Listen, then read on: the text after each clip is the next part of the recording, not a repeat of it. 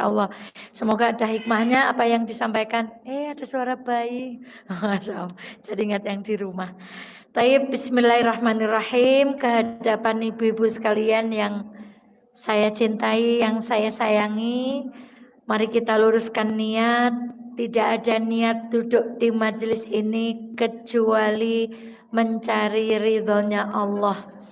Kalau saudara-saudara kita sedang duduk di halaman Masjid Nabawi atau Masjidil Haram, mari kita pun duduk di masjid ini. Semoga kelak Allah gilirkan giliran kepada kita untuk duduk juga di Makkah Madinah insyaallah. Assalamualaikum warahmatullahi wabarakatuh. Alhamdulillahi rabbil alamin. Alhamdulillahilladzi la ya'til hasanata illa minhu.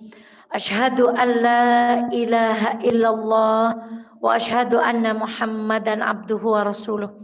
Allahumma salli ala Muhammad wa ali Muhammad kama sallaita ala Ibrahim wa ali Ibrahim innaka Hamidum Majid. Sehat sedaya ibu-ibu? Alhamdulillah. Mari kita bersyukur kepada Allah. Kalau minggu lalu saya cerita tentang Ibu Jalu, hari ini saya buka dengan kisah seorang ibu yang punya putri diuji oleh Allah dengan anak berkebutuhan khusus. Beliau kemarin datang ke rumah lalu beliau bercerita setahun yang lalu putrinya sudah diambil. Berapa tahun umurnya Bu? 13 tahun. Dan selama 13 tahun itu anak tersebut tidak bisa berbaring. Jadi tidurnya, makannya, apa semuanya dengan apa Bu? Dengan duduk. Masya Allah. Tapi Allahu Akbar. Ketika beliau menunjukkan foto anak tersebut, kemudian menunjukkan bagaimana setiap minggu harus ke Sarjito, beliau berkata, tapi yang Allah ujikan kepada saya tuh nggak seberapa Mbak Eva. Lah kok bisa Bu? Ketika saya pergi ke Sarjito, maka saya akan mendapati ujian yang lebih berat lagi. Ada anak yang kepalanya persis seperti kardus, kotak. Kemudian ada orang Aceh yang dari lahir sampai sekarang sudah besar, hidupnya di Sarjito tidak pernah pulang karena kepalanya itu gandeng. Ketika kecil mau dipisahkan masih terlalu bayi, begitu sudah tumbuh nampak sangat cantik, orang tuanya tidak punya pilihan. Karena kalau mau dipetel berarti yang satu harus diambil nyawanya. Kira-kira ibu jadi orang tua mau milih putranya dua gandeng terus atau diambil satu, yang satu mati yang satu hidup? Nyaris itu tidak ada pilihan. Maka beliau berkata, ya Allah, yang diujikan Allah belum apa-apa. Maka ibu, mari kita syukuri sehatnya kita, sehatnya anak-anak kita, sehatnya suami kita.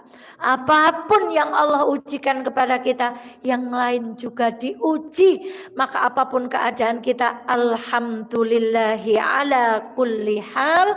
Semoga yang diberi nikmat tidak kufur, yang diberi ujian tetap diberikan kesabaran oleh Allah Subhanahu wa ta'ala. Ibunda, keengganan hadir di majelis ilmu adalah bagian dari tipu daya setan, Bu.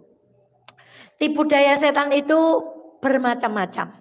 Makanya ayatnya itu wala tattabi'u khutuwatis syaitan innahu lakum aduwwum mubin. Ibu presani kata-kata khutuwat. Nah, ya.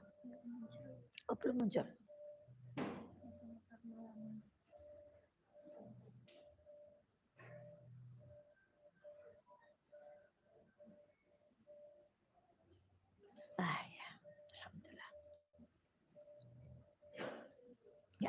Ibu Presani kata-kata khutwat, singlenya itu khutwah. Tapi di ayat ini menggunakan kata-kata khutwat itu berarti plurals. Berarti jalannya setan goda kita satu atau banyak? Banyak. Buktinya apa? Ada orang tidak mau hadir ke majelis ilmu, awalnya tuh ya udah nggak hadir aja. Tapi setan akan menggoda setelah tidak hadir, dia akan tidak hadirnya itu punya alasan. Lah, palingan ngaji orang tentu apik. Nah, sudah mulai apa, Bu? Menyalahkan. Nanti setan akan goda lagi. Alah, orang semang ngaji kayak nyong bae, cukup ngaji nang YouTube, ngaji tekan kanak-kanak orang nana paitai. Ini sudah salah ngajain orang lain. Itulah setan.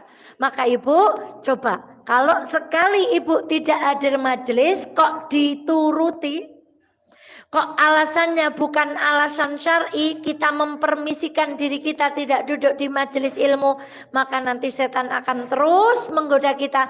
Akhirnya bukan hanya tidak ada di majelis ilmu, tapi kita akan menyalahkan orang-orang yang hadir di majelis ilmu. Maka mari Ibu, di antara ciri perempuan yang keren, yang berkemajuan, yang cantik, itu adalah perempuan-perempuan yang duduk di majelis ilmu, insya Allah. Dan Allahu Akbar. Iblis berkata, karena engkau ya Allah telah menghukum saya sebagai makhluk yang tersesat, saya benar-benar akan menghalang-halangi mereka manusia dari jalan engkau yang lurus. Kemudian saya akan mendatangi mereka. Pertama dari mana, Bu? Muka. Kedua dari belakang. Ketiga dari mana? Kanan. Keempat dari mana? Jadi kita itu kalau mau ngaji, pertama dicegati iblis dari depan. Rasah mangkat, kolo-kolo, sesok wae. Enggak sukses dari depan, iblis pindah kemana? Belakang. Yorono mangkat, nengko tekan kono ngantuk rapopo. Nah, Bu. Oh ternyata sampai mafaza enggak ngantuk, iblis akan pindah dari mana? Ngaji wae, tulis wae. Nanti akan digoda dari kiri, tuliso rasah malke. Itulah cara iblis menggoda kita. Maka mari ya Allah, kita memohon kepada Allah dengan duduk di sini, kita dilindungi dari godaan setan dan kelak kita ditolong oleh Allah mendapatkan syafaat baginda Muhammad sallallahu alaihi wasallam. Maka Ibu, supaya kita terbebas dari jerat-jerat iblis, Rasulullah minimal berapa kali istighfar dalam satu hari? Allahu Akbar. Bu, kalau saya menyebutkan nama Fir'aun, Qarun, Namrud, Dajjal, ada kebaikan enggak di pikiran Ibu? Tidak ada, sama sekali enggak ada kebaikan. Sekarang kalau Mbak Eva menyebutkan nama Umar bin Khattab, Khalid bin Walid, Abdullah bin Mas'ud, Abu Dzar Al-Ghifari, ada enggak di pikiran kita mereka itu orang jelek? Apa yang membedakan, Bu? Karena yang pertama itu jelek tapi tidak bertaubat kepada Allah. Sedangkan nama-nama yang kedua yang Mbak Eva sebutkan adalah orang-orang yang punya masa lalu yang jelek. Bagaimana Umar mengubur putrinya sendirian. Al-Ghifari itu bangsa perampok. Jadi Al-Ghifari itu suku yang kerjaannya itu ngerampok. Siapapun yang lewat desa itu maka akan diambil dagangannya. Tapi ketika kita menyebutkan Abu Dzar Al-Ghifari, enggak ada keburukan di sini. Begitu juga ketika menyebutkan, kenapa? Karena Umar bin Khattab itu bertaubat dari kekafirannya, kemudian berpindah ke agamanya siapa, Bu? Muhammad sallallahu alaihi wasallam. Maka Bu, begitu kita mau beristighfar, begitu kita mau bertaubat, demi Allah, Allah tidak akan melihat keburukan kita lagi. Yang ada insya Allah hanya apa, Ibu? Kebaikan.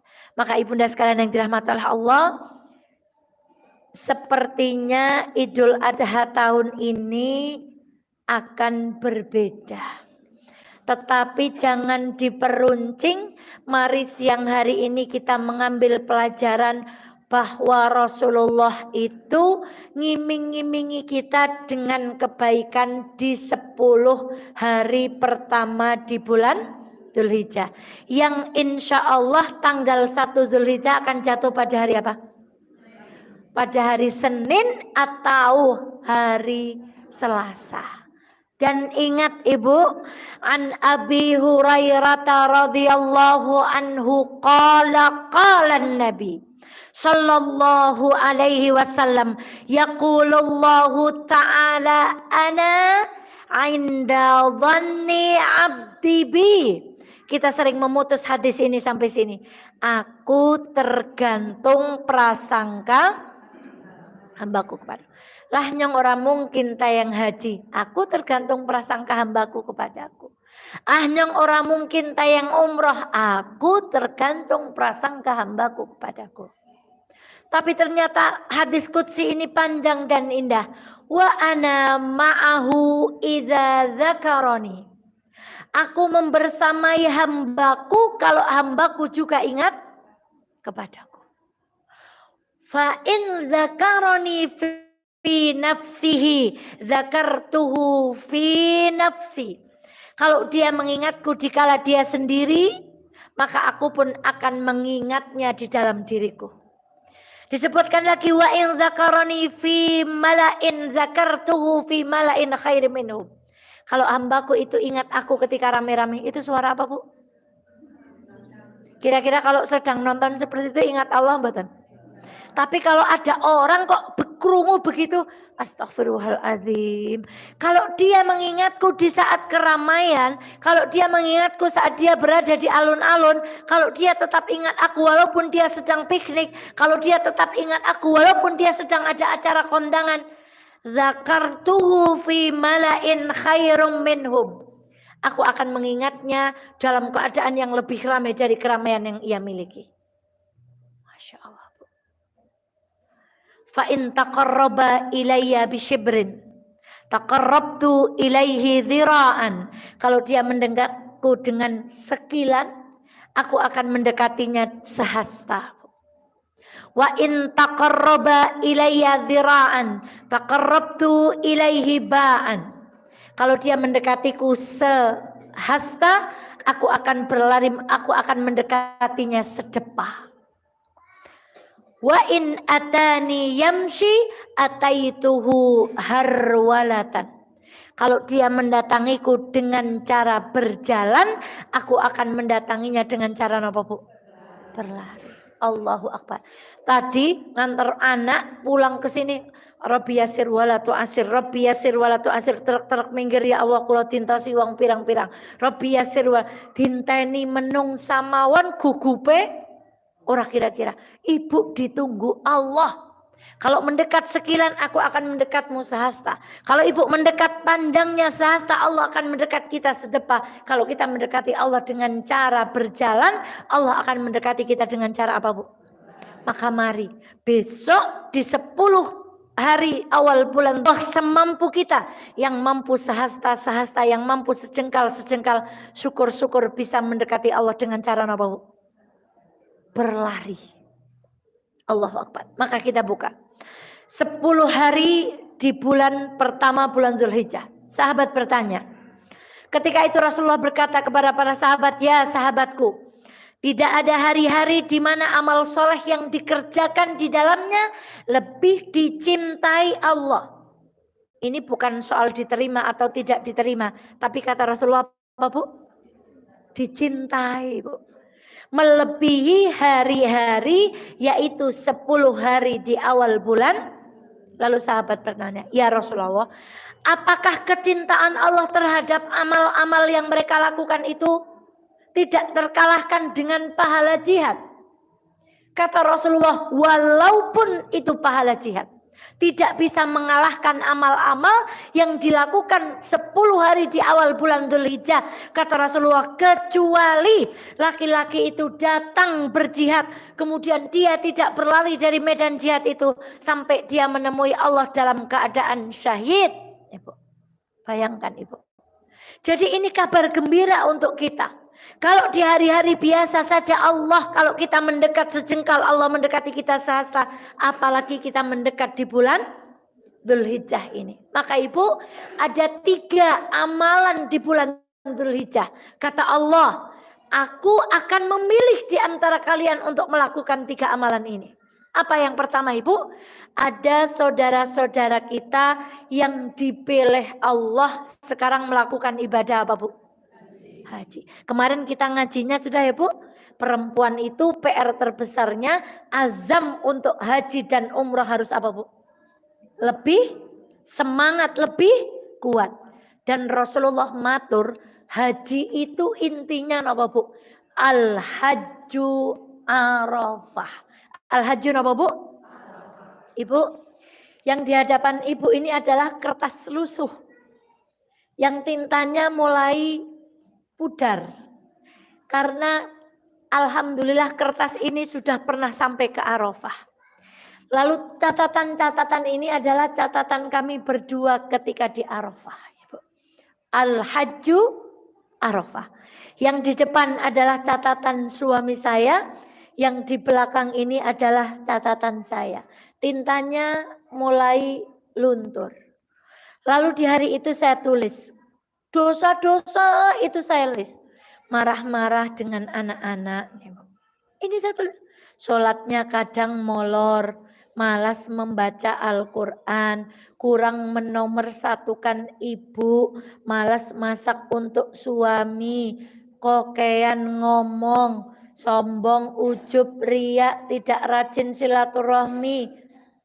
Masya Allah, POMG nggak pernah ikut sampai tak tulis, Bu. Jadi kumpulan wali murid TK itu saya nggak pernah ikut. Habis sholat mak klepat. Nah, saya tulis, habis sholat mak klepat. Kurang rajin doain anak, kurang rajin ngajiin anak, kurang rajin mendengarkan ceramah Ustadz Adi Hidayat. Saya tulis semuanya, Bu. Lalu setelah itu saya tulis perbaikan-perbaikannya, mau apa? Mau apa? Di antaranya habis maghrib harus ngaji. Sebelum tidur harus dongengin anak-anak, doain, mencium dan wudhu.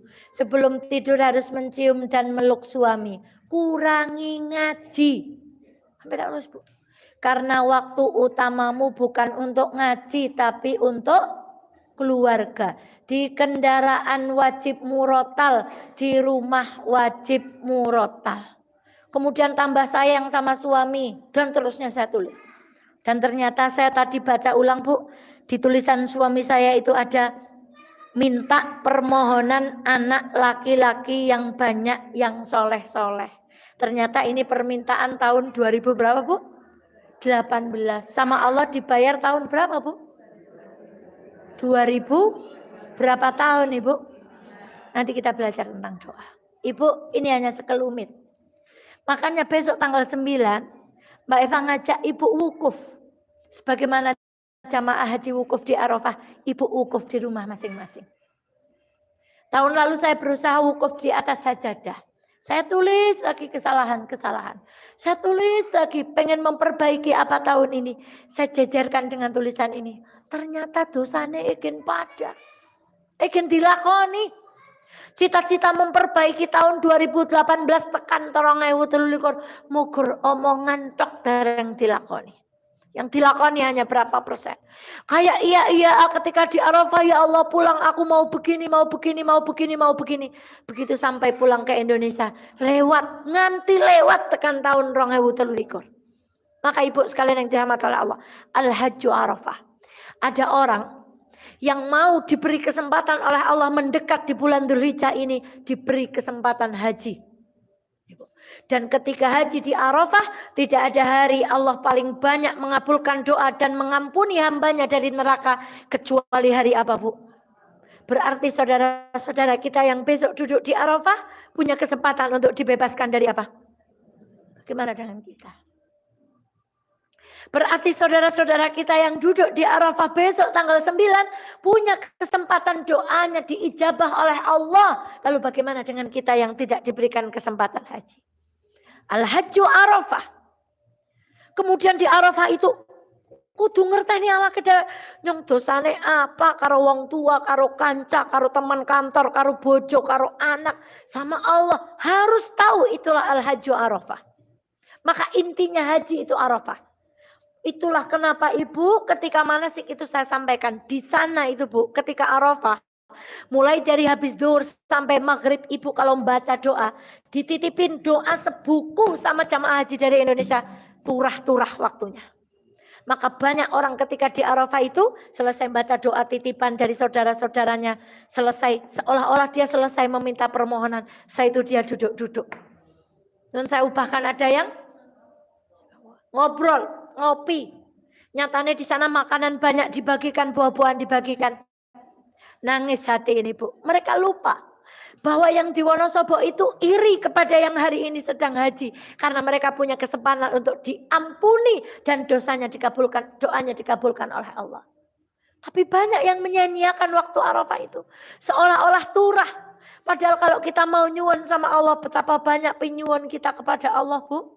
Dongake putra, dongake wong tua, dongake kanca, dongake mertua, dongake usaha, dongake sekolah. Betapa banyak. Enggak cukup sampai maghrib.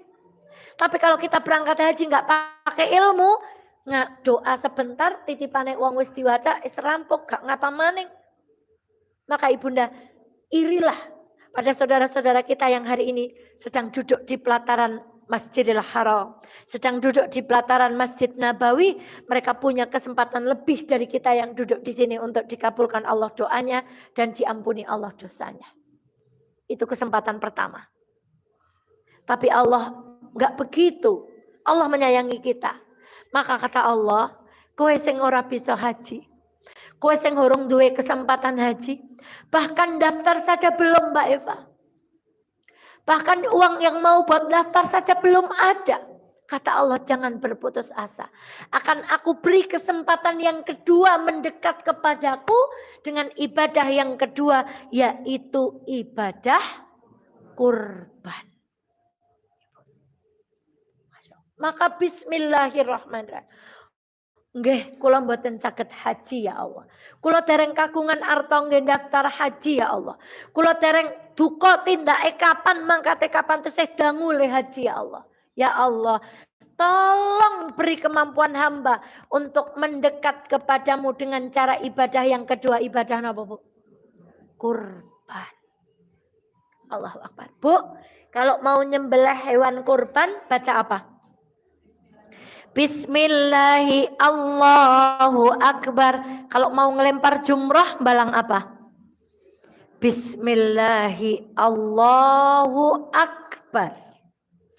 Dan selesai orang melempar jumrah Aqabah, dia akan menghadap kiblat, dia akan berdoa, inna salati wa nusuki wa mahyaya wa mamati lillahi rabbil.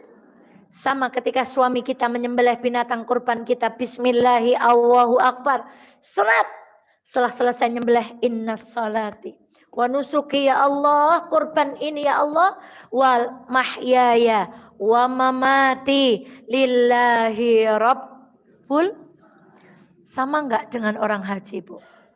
Maka kata Allah, hei yang tahun ini enggak tindak haji, kamu tak kasih kesempatan yang sama. Kurban. Doanya bahkan sama. Ketika orang di sana melempar jumrah, melempar, ya Allah, ini nih yang menghalangi saya. Rumah saya dekat dengan masjid, tapi saya malas ke masjid. Saya tiap hari dapat postingan ngaji, tapi saya enggak berangkat, ya Allah. Saya tiap hari dapat postingan sedekah, tapi saya enggan, ya Allah. Saya tahu nutup aurat yang sempurna itu seperti apa, tapi saya masih senang pakai baju yang ketat, ya Allah. Saya tahu nggak ada harta yang dibawa mati, tapi saya masih senang koleksi ya Allah. Dilempar bismillahi Allahu Akbar. Dan orang-orang yang di rumah, ayo sambil nyembelih kurban, sembelih juga sifat-sifat kehewanan kita. Nek mugur dahar kewan nggih makan. Nek mugur menikah kewan nggih kawin. Nek mugur napa meleh Bu? Tutupan kelambi kewan nggih ditutupi wulu. Palah aurate ayam nika tertutup kabeh. Kasih nggo kaos kaki, kasih pantatnya ditutupi. Ya kan Bu, ayam itu Bu. Makanya Ibu kalau lihat ayam nggak punya bulunya itu kan terondol wagu Bu. Kalau sekedar menutup, ayam juga tertutup. Tapi kita menutupnya itu mau naik level. Maka ibunda sekalian yang dirahmati oleh Allah, pahami betul ibadah kurban. Saksikan suaminya yang suruh nyembelih. Supaya suami kita itu menghayati, ya Allah, kalau selama ini ada dosa yang dilakukan, ya Allah ampunilah aku. Jika istriku dan anak-anakku berdosa karena perbuatanku. Ibu yang menyaksikan, ya Allah, ampuni suamiku, ampuni anak-anakku. Jika selama ini suamiku dan anak-anakku berdosa karena aku. Sembelih hewan kurban. Kesempatannya sama, Ibu. Enggak berbeda dengan orang yang sedang haji. Diberi kesempatan yang kedua, yaitu ibadah apa Bu? Ibu yang HP ini regane puluhan juta apel keroak nih kok. Kemarin sudah saya singgung, ngati-hati ngejang nek korbane wedhuse gering. Sing esen kali Gusti Allah. Sing saniki tumpakane da parkir teng mriki regane atusan juta, nonton korban milih sapi sing paling rekoh kali Gusti Allah. Alu wong sing diparingi bapak wingi nggo tambahan korban mamah rila. Mboten pantes nek anggon-anggone kyang kene kiyene betuku nenggon toko emas tertentu ning ketika korban milih sapi paling celek malih korban wedhus paling gering. Lurune ampun pundi Pak wedhus sing paling murah. Ampun. Takone wedhus sing paling niku pun kali Gusti Allah kula pun takon wedhus sing paling larang. Ning ya Allah panjenengan pirsa nek duwite kula nggih tumbas niku kula tak tumbas sing sengandape. Tapi sama Allah sudah azam dulu leng takon wedhus sing paling pinten rombongan sapi sing paling larang 4 juta. Kula pun takon Gusti Allah. Ning kula artone dereng cukup tahun niki kula tak nderek sing gering riyen. Mugi-mugi tahun ngajeng saged nderek sing itu, Bu. Yang punya malu kita sama Allah. Masya Allah. Maka ibunda sekalian yang dirahmati oleh Allah, Allahu Akbar. Yuk. Tadi ketika mau nyembelih bilang apa, Bu? Bismillah ya Allah. Selesai nyembelih doa apa, Bu?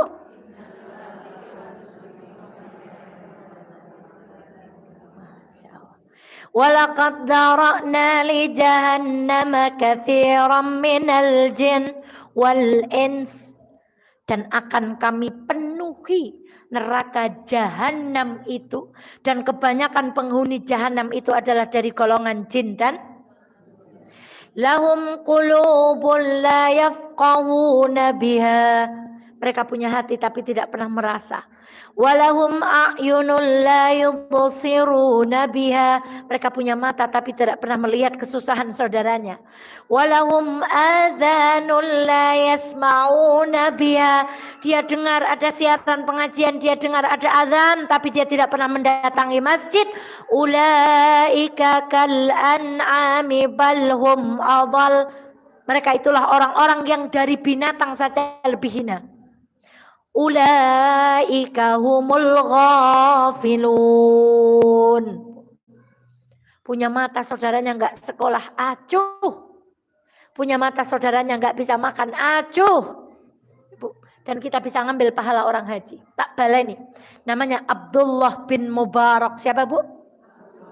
Siapa Abdullah bin Mubarak? Ketika beliau menunaikan haji, beliau tertidur. Lalu di dalam tidurnya beliau bermimpi didatangi malaikat.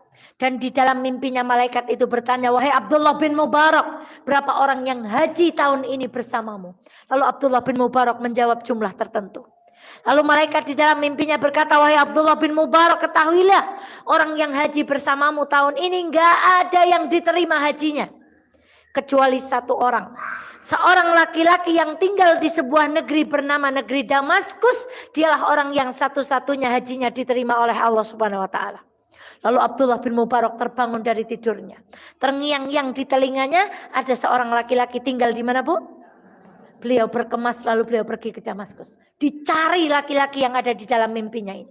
Ketemulah seorang laki-laki yang ternyata dia seorang laki-laki yang pekerjaannya adalah tukang sol sepatu. Napa, Bu? Ibu masih ingat ceritanya? Tak baleni maning. Wahai fulan, apa yang engkau lakukan? Kenapa Allah menerima hajimu sementara orang yang pergi ke Mekah dan Madinah tidak diterima hajinya? Lalu laki-laki ini bercerita, suatu hari istri saya sedang apa, Bu? Hamil. Lalu istri saya mencium bau masakan dari tetangganya. Masakannya enak banget. Ibu kalau goreng tongkol, tanggane paringi tongkolnya apa ambune? Ibu nek masak opor, tanggane paringi opore apa ambune? Malah diparingi fotone. Yo kono. Rawahu mafaza, Bu. Sing sapa wong mosting panganan, sapa wae sing mresani statuse ibu-ibu kudu njujugi. Ini ajaran, ya Allah, dia mencium masakan tetangganya yang luar biasa enak. Lalu dia berkata kepada suaminya, suamiku tolong pergi ke tetanggaku. Mintakan aku sedikit saja dari makanannya. Hati-hati nggak Bu? Ibu ketika posting makanan, Masya Allah, ya nyong dewek ya cok posting. Mari datang, bobornya sudah matang gitu ya Bu. Jangan lumbuhnya sudah. Hati-hati Bu. Tapi itu bukan menjadi kebiasaan kita. Barangkali yang melihat postingan ibu urung tahu weruh panganan sing. Barangkali hari itu sedang tidak punya uang. Lalu ibu putranya ngelihat masakan seperti itu, anaknya nangis, ibu nggak bisa membelikan ibunya. Pengurus tolong amankan helm dan sandal. Datang suaminya ke tempat keluarga itu menjawab apa Bu? Makanan ini halal untukku tetapi haram. Lah kok bisa? Iya. Kamu tahu saya orang miskin. Kamu tahu saya anaknya banyak. Minggu ini kami tidak mendapati uang sedikit pun untuk membeli makanan. Dan hari ini kami kelaparan, kami mendapati bangkai keledai. Maka itulah yang sedang kami masak. Maka makanan itu halal untuk kami tapi haram untuk. Lihat ibu, di tengah-tengah niatnya pergi haji, pergi umroh, ternyata ada tetangganya nggak bisa apa Bu. Maka beliau pergi ngambil uang tabungannya yang mau untuk haji, diberikan kepada tetangganya ini. Atas perbuatan itulah laki-laki ini dicatat sebagai orang yang sudah melakukan haji plus diterima padahal kakinya belum sampai mana Bu. Maka mumpung bulan Dzulhijjah, kawi gatosipun kalian fakir miskin benjang pun tingkatakan. Sama tetangga yang gak bisa makan, gak bisa sekolah, yang lebih sensitif lagi. Siapa tahu amalan itu menyamai amalan saudara kita yang sedang pergi kemana Bu. Jangan cuek sama orang miskin. Jangan cuek sama orang yang membutuhkan. Kita tidak tahu amalan mana yang akan diterima Allah. Barangkali jujuknya ibu jangan kepada tetangga setara dengan nilai ibadah haji. Maka ibu 10 Dzulhijjah besok awal bulan Dzulhijjah, kepekaan kita terhadap fakir miskin harus kita apakan Bu? Tingkatkan. Supaya setelah kita mendapatkan pahala kurban, kita pun berkesempatan mendapatkan pahala apa? Pahala haji. Allahu Akbar. Lalu ada orang gak bisa kurban. Mbak Eva, jangankan untuk kurban, untuk makan sehari-hari saja kurang cukup. Lalu apa yang diberikan Allah? Supaya orang ini punya kesempatan yang sama, pahalanya sama kayak orang haji, pahalanya sama kayak orang yang kurban, bahkan dia menyembelih hewan yang gemuk-gemuk, maka Allah tidak kurang kasih sayang kepada kita. Hei sing boten saged haji, sing dereng saged tindak haji, sing dereng kurban, tak kei kesempatan, kowe kabeh oleh ganjaran kaya dene wong haji, kaya dene wong kurban, kanthi nglakoni puasa Arafah. Harinya sama enggak dengan yang sedang haji? Sama. Yang haji wukuf di Arafah, yang di sini namanya puasa. Bayangkan Bu. Yang di sana wukuf di Arafah, yang di sini namanya puasa. Sekarang orang haji itu bekalnya itu satu dok. Watazawwadu fa inna khairaz zadi. Belakangnya kalimat apa Bu? Sekarang orang puasa itu la'allakum. Masya Allah. Kalau tadi doanya sama, nyembelihnya sama, ngelemparnya sama. Orang haji tujuannya takwa, orang berpuasa Arafah juga golnya apa? Allahu Akbar. Lagi la yanalullaha luhumuha wala dima'uha walakin yanaluhut taqwa minkum. Allah tidak ngambil dagingnya, Allah tidak nilai darahnya, tetapi Allah menilai ketakwaan orang yang nyembelih. Kan ada hadis-hadis dhaif, nek wedhuse lemu ngesuk arep ditunggangi nang kula emoh nang swarga nunggang wedhus Bu. Ibu poron teng swarga nunggang wedhus? Emoh Mbak Eva Bu, poron teng swarga nunggang sapi. Mangkane sapine cok gereng, emoh teng swarga ajeng nunggang napa Bu? Naik kendaraan yang sudah disiapkan oleh Allah. Kudanya di surga itu kecepatannya berapa, punya sayap yang kecepatannya itu seperti buruk sejauh mata memandang. Karena ada hadis-hadis nyembelih kewan ngemben kewane arep dadi tunggangan nang, makanya pada digilir supaya anak-anaknya tuh semuanya besok punya tunggangan di. Kalau saya nggak mau nunggang wedhus Bu, mau nunggang kereta kencana di mana Bu? Coba yang diambil Allah apanya Bu? Takwa. Berarti kalau hari ini kita tidak haji, kalau hari ini kita belum mampu korban, gunakanlah besok puasa Arafah itu untuk benar-benar mendekat kepada Allah sehingga kita bisa mendapatkan derajat takwa sebagaimana orang yang berkorban, sebagaimana orang yang berhaji, sebagaimana orang yang puasa Arafah. Terus besok tanggal 9 Ibu, Mbak Eva ngajak pada ibu-ibu ambil pulpen, ambil kertas mulai hari ini. Tulis kekurangan kita, janji kita sama Allah, lalu tulis doa-doa kita kepada Allah Subhanahu wa taala. Minta, nggak usah ngikuti waktu sana. Karena kalau sana duhur, sini sudah apa? Sudah OTW ba'da asar. Karena jaraknya 4 sampai 5 jam. Berarti sana jam 12, sini sudah jam. Kita sudah terlalu sore. Bismillah, mulai azan duhur ketika puasa Arafah, ibu duduk manis di atas sajadah. Kalau yang tidak punya tanggungan anak, tidak punya tanggungan suami, tidak punya tanggungan pekerjaan, pergilah ke masjid, duduk di masjid, wukuf sebagaimana orang yang wukuf di mana? Lalu mintalah kepada Allah. Dengan permintaan-permintaan taubat, dengan permintaan-permintaan janji kita, perbaikan kita di tahun ini, dan sambil minta kepada Allah doa-doa yang ingin kita capai di bulan ini. Kenapa Ibu? Inilah surat Al-Baqarah ayat 180. Wa idza sa'alaka ibadi anni, apa Bu? Fa inni, Bapak tidak akan menjabarkan satu-satu, tapi satu aja.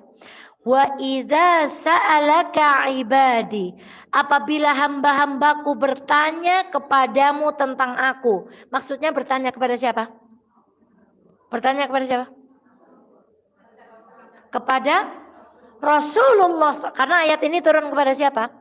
Hai Muhammad, kalau ada hamba-hambaku bertanya kepadamu Muhammad tentang aku, jawablah bahwasannya aku dekat. Itu kalimatnya, nggak ada wa idza sa'alaka ibadi anni qul ya Muhammad fa inni qarib.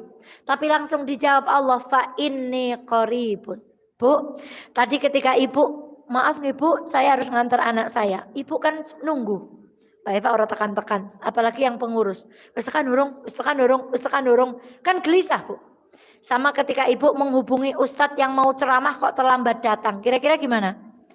Sampun dugi pun ditat, ustadznya orang jawab, orang angkat telepon, orang buka WA. Kira-kira Ibu sebagai panitia pripun? Pripun Bu? Kemeringet. Tapi kalau ustadz sampai mana? Saya sudah di halaman. Gitu artinya gimana Bu? Lah itu ustadz begitu aja Ibu ayem. Ini yang bilang fa inni qarib itu siapa? Kamu minta, kamu tanya, kamu minta solusi, nggak usah Nabi Muhammad yang suruh jawab, kata Allah sudah dijawab langsung. Fa inni qarib. Ngesuk nek ana wong takon, Mbak Eva nang ndi nyong cepat. Kan harusnya nek ana wong takon, ngesuk tolong jawab ya. Nek nyong enggak, kalimatnya langsung. Kalau ada orang tanya tentang aku, fa inni ujibu da'watad da'i idza da'an. Diulang. Ujibu da'wah, doa. Da'i, orang yang berdoa, idza da'an, apabila dia berdoa. Kalimat doa diulang berapa kali Bu? Ini menunjukkan yang akan dikabulkan oleh Allah adalah doa yang serius. Kenapa Bu? Maka kemarin siapa yang pengen umroh? Saya. Tapi siapa yang tadi duhur minta umroh? Tangannya turun. Itu namanya nggak serius. Kalau Ibu serius, kalau pengen haji dan umroh, sekarang setiap saat lisannya bunyi apa Bu? Haji umrah ya Allah, haji umrah ya Allah, haji umrah ya Allah. Lunas ya Allah, lunas ya Allah, lunas ya Allah, sehat ya Allah, sehat, sehat, sehat, sehat, sehat, sehat. Rampung, rampung, rampung, rampung, rampung. Haji ya Allah, haji ya Allah, haji ya Allah. Fa inni qarib. Falyastajibu li wal yu'minu bi. Setelah doa sungguh-sungguh kata Allah, kalau pengen permintaanmu dikabulkan, maka penuhi segala perintahku dan imanlah kepadaku. Insya Allah duduk kita hari ini dalam rangka kita iman kepada Allah. Leres Bu? Oke. Dalam rangka kita memenuhi panggilan Allah. Leres Bu? Kemarin orang ihsan itu gimana Bu? Orang ihsan itu, ibu kalau ada tamu datang, tamunya diapain? Disuguhi. Kenapa disuguhi? Kenapa disogoh tamunya? Melas, wong ngeleh, wong ngelak, atau memuliakan? Jawabannya, kenapa ibu nyogoh tamu? Karena disuruh. Itu orang ihsan. Tapi kalau ibu nyogoh kok karena melas, wong atoh-atoh, tekan gini mangsane jam makan siang nek ora disuguh melas, itu belum orang ihsan. Tapi orang ihsan, kenapa ibu nyogoh? Karena disuruh. Sehingga ketika ada tamu janjian ternyata tidak datang, ibu gimana?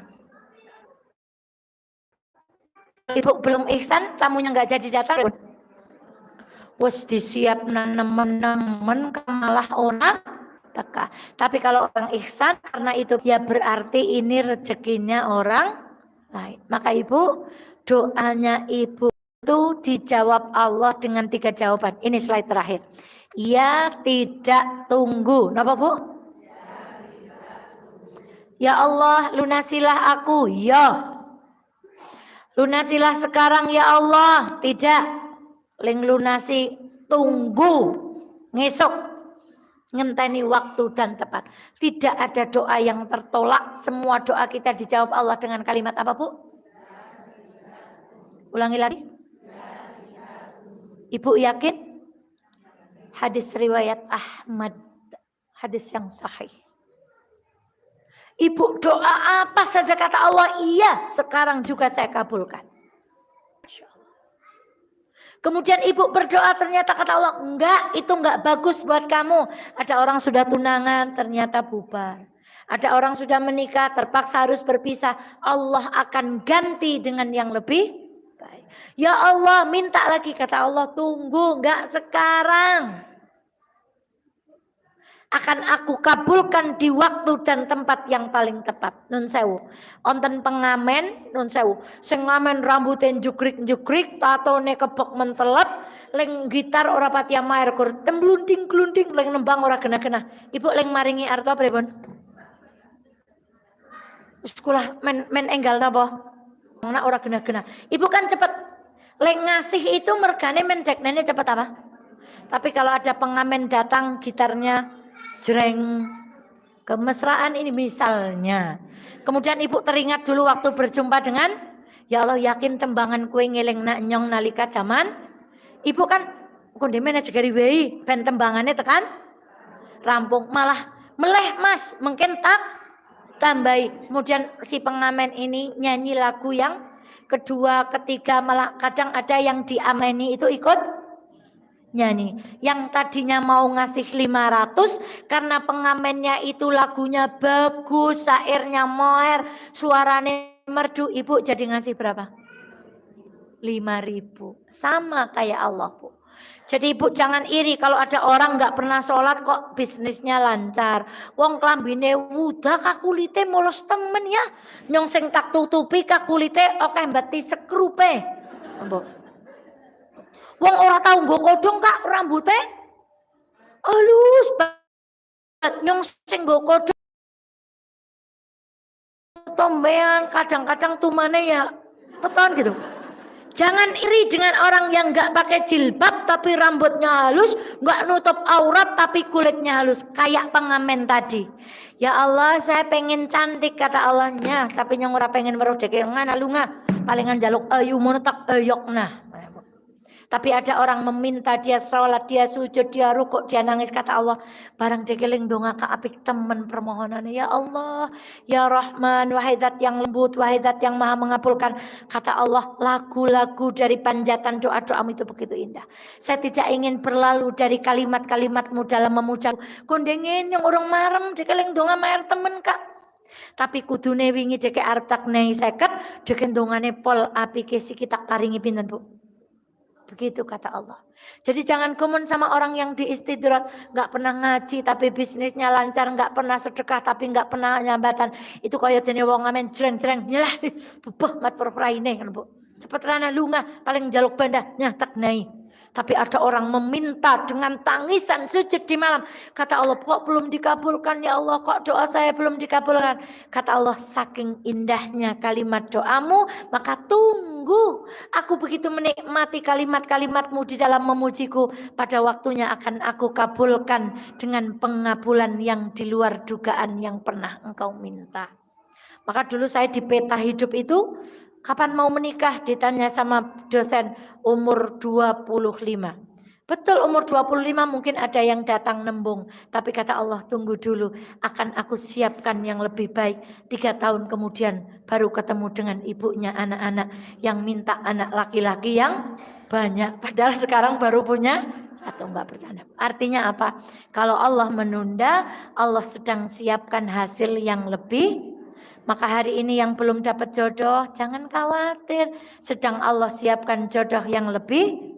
Hari ini yang Allah qadarullah sedang diuji, usahanya turun, omsetnya anjlok, usahanya ditutup sama Allah. Ya Allah, insya Allah Allah akan ganti dengan ganti yang lebih baik.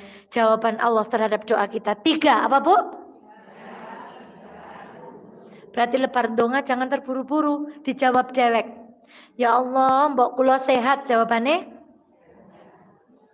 Ya, tidak. Tunggu. Oralah deke arta gawe lara bae. Mergane dengan deke lara deke lebih taat, akan aku ambil engkau dalam keadaan engkau sakit dan engkau ingat kepadaku. Ya Allah, kula nyuwun sehat ning ora siki.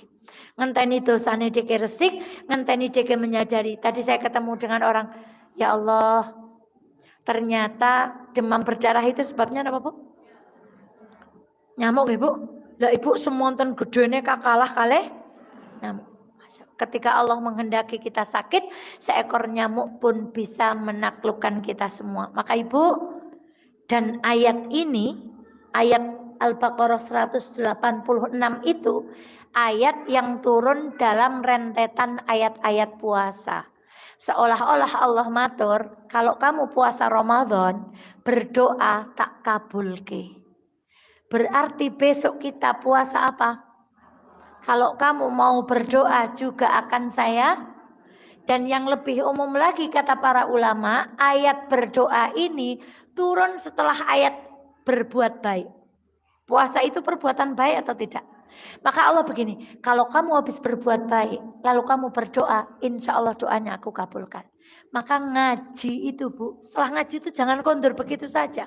Makanya saya ngajari guru-guru TK Abadi Ngarung itu setelah baca Quran doanya bukan Shadaqallahul Azim. Tapi saya ajarkan, Allahumma inni atawassalu ilaika bima qara'na minal Qur'ani antang suruna.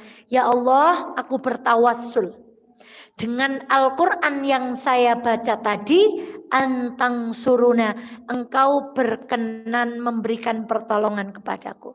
Jadi Bu, biasakan setelah berbuat baik itu bertawassul kepada Allah dengan perbuatan kita. Contoh setelah ngaji ini, Ibu kagungan hajat nopo. Matur, ya Allah, kalau duduk saya tadi di mafaza itu saya ikhlas dan engkau ridho, tolong bantu kabulkan hajat saya. Tolong bantu lunasi tanggungan saya. Tolong bantu sembuhkan penyakit saya. Tolong lembutkan hati suami saya. Tolong lembutkan hati anak-anak saya. Bertawasul dengan perbuatan baik boleh? Boleh Ibu. Bertawasul dengan perbuatan baik itu boleh. Maka tadabbur dari ayat 186 ini, Allah itu satu dekat. Dua, orang berdoa akan diijabah seusai dia melaksanakan perbuatan yang baik atau dia selesai menunaikan ibadah puasa. Dan kita punya kesempatan boleh sehari puasa, sehari tidak sampai tanggal 10. Boleh puasa terus dari tanggal 1 sampai tanggal 9. Boleh juga puasanya Senin Kemis diambil yang tanggal 1 sampai tanggal 9. Tanggal 9-nya kita puasa Arafah. Jangan lupa jamaah Mafaza PR, ayo kita wukuf bersama. Bersama dengan jamaah haji wukuf, kita pun di Indonesia wukuf. Jangan sia-siakan tanggal 9 Dzulhijjah. Maka ibu-ibu, semoga ada kebaikan dari apa yang kita kaji hari ini. Astaghfirullah li walakum. Semoga ibu-ibu sekalian selalu dalam ridha Allah. Besok tanggal 1 sampai tanggal 10 dimudahkan Allah melakukan amalan-amalan yang baik. Jawaban doa apa, Bu? Iya, tidak. Tunggu. Astaghfirullahaladzim. Assalamualaikum warahmatullahi wabarakatuh.